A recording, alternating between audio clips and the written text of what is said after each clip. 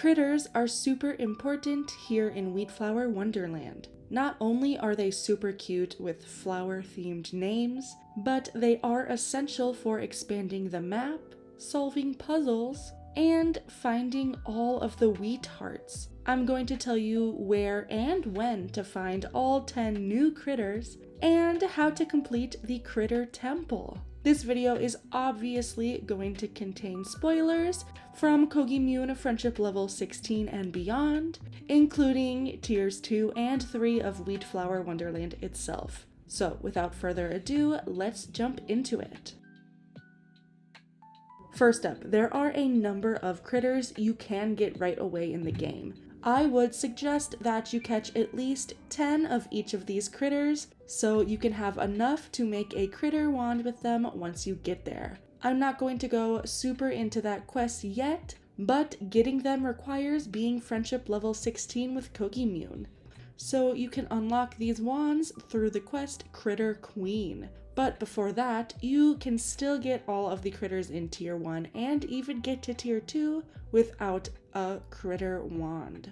Before I get ahead of myself, let's start off talking about the tier 1 critters. You will find most of these by chance, since they are located in many places in many times of the day. The first one you will probably come across is the Fluffny. This one rolls all around the wheat fields at any time of the day, so you will have no trouble finding yourself a few of these ones. Next up is the critter that may or may not become the literal bane of your existence while you're searching for other critters, the Flirb. This stained glass butterfly will be everywhere and every time. So if you're searching for a specific critter, you will probably end up coming across a few Flirflaps first. Now let's get back to the wheat flour fields when the sun goes down. During evening and nighttime, you will find the Flirb, seemingly the Grand Flowl's arch nemesis.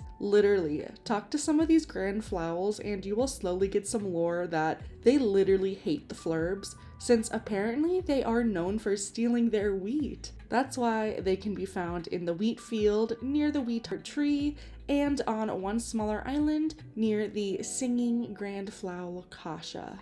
Let's go over to another type of bird critter that the Grand Flowls actually seem to love. They will even think that you're a young Grand Flowl if you talk to them disguised as one. These super adorable, and honestly my favorite critter in the DLC, are also found around the wheat fields, but only during the new weather event, Flower Fall. You can find them in that main wheat field where there are all of the flower plots, and you can also find them around the wheat heart tree. And remember, weather automatically happens here and you don't actually need to unlock the Flower Fall or any other weather event for them to happen. For example, if you don't have Starfall yet in Friendship Island, you'll still get it in Wheatflour Wonderland because it is an independent entity from Friendship Island. Now, let's talk about tier 2. Remember, to get to tier 2, you need at least 2 gemstone wands, and once you've got those, go to the tippity top of the citadel and activate the 2 lampposts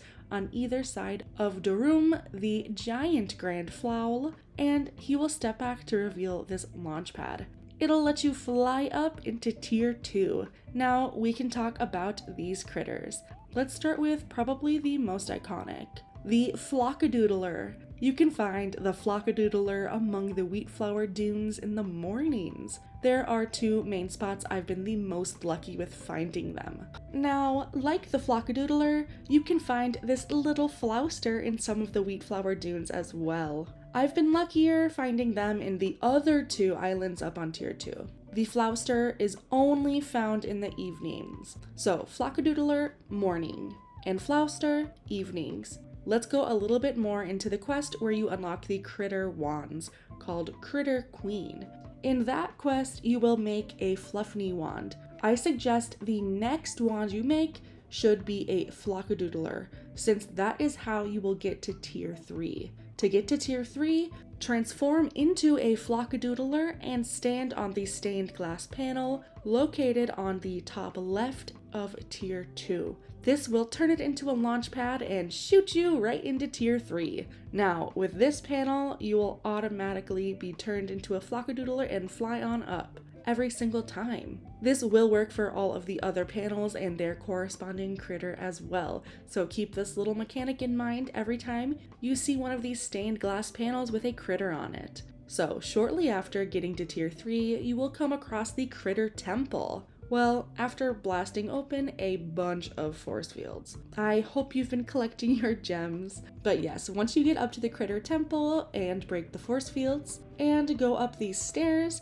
you will meet 2 new cute grand Flowls.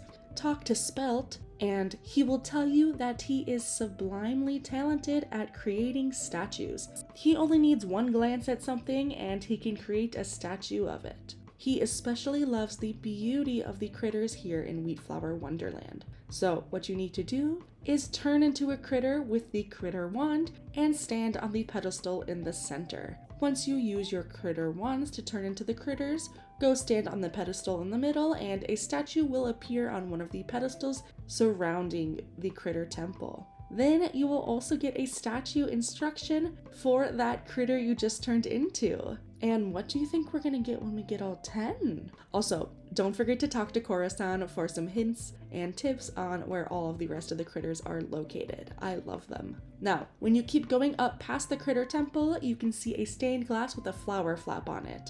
Now you've got to use a critter wand to turn into a Flourflap to activate this panel. Now, if you go back to the panel, you will automatically turn into the critter and fly up. You don't need to use your wand every single time now. Only the first time you activate that stained glass panel. Now, to keep going up, I like to call this like the critter elevator, you know? But yes, to keep going up, you need the order of critters as follows. The Flockadoodler to get to tier 3 itself, then the Flourflap, Fluffny, Flirb, Flockadoodler, Flouster, Flowl, Flubby, Flider, Flovern, and last but not least, Floopy Ballooper. Now we can start the process of tracking down the rest of the critters. As you traverse through these floating ruins, the next critter you will most likely stumble into is the Flider. It only comes out during night and it will be found flying throughout these ruins. I have the most luck finding them towards the right side of the map, gliding through multiple different levels and heights. The Flider Arch, you will definitely find some Fliders there if it is nighttime. Don't forget to bring Keroppi with you to make things just a little bit easier. And I think it is much easier to catch the Fliders using the bubble wand instead of the net. And just remember to actually jump into the bubble to claim the critter that is caught in the bubble. Next up, you will probably find the Flubby. This one is on the largest floating island in the ruins to the left of the Sky and Seek fast travel mailbox location. You'll find the Flubbies rolling all around this zone during the morning and daytime. On to the final 2 critters.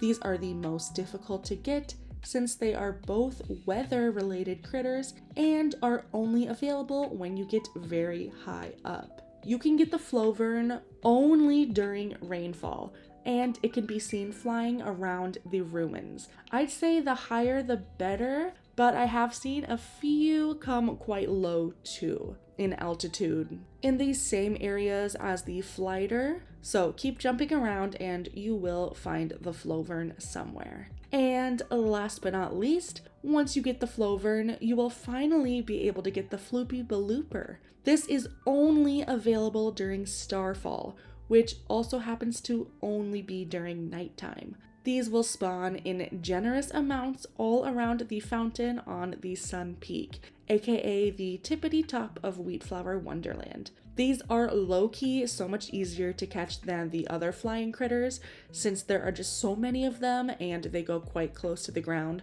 So you can end up just using your critter net instead of the bubble wand for these ones. But yes, don't forget to get at least 10 of each critter to make the critter wands. You'll need them to get all of the wheat hearts by walking under the arches with the corresponding critter on top. Also, don't forget to turn into them on the pedestal in the critter temple so Spelt can make a statue of the critter. And if you noticed on the left side, the critters will have different companion abilities for you, some of which we already get with other characters such as Cinnamarol's Glide, Pom Pom Pudding's Jump ability, or Pachaco's Speedy Walking ability.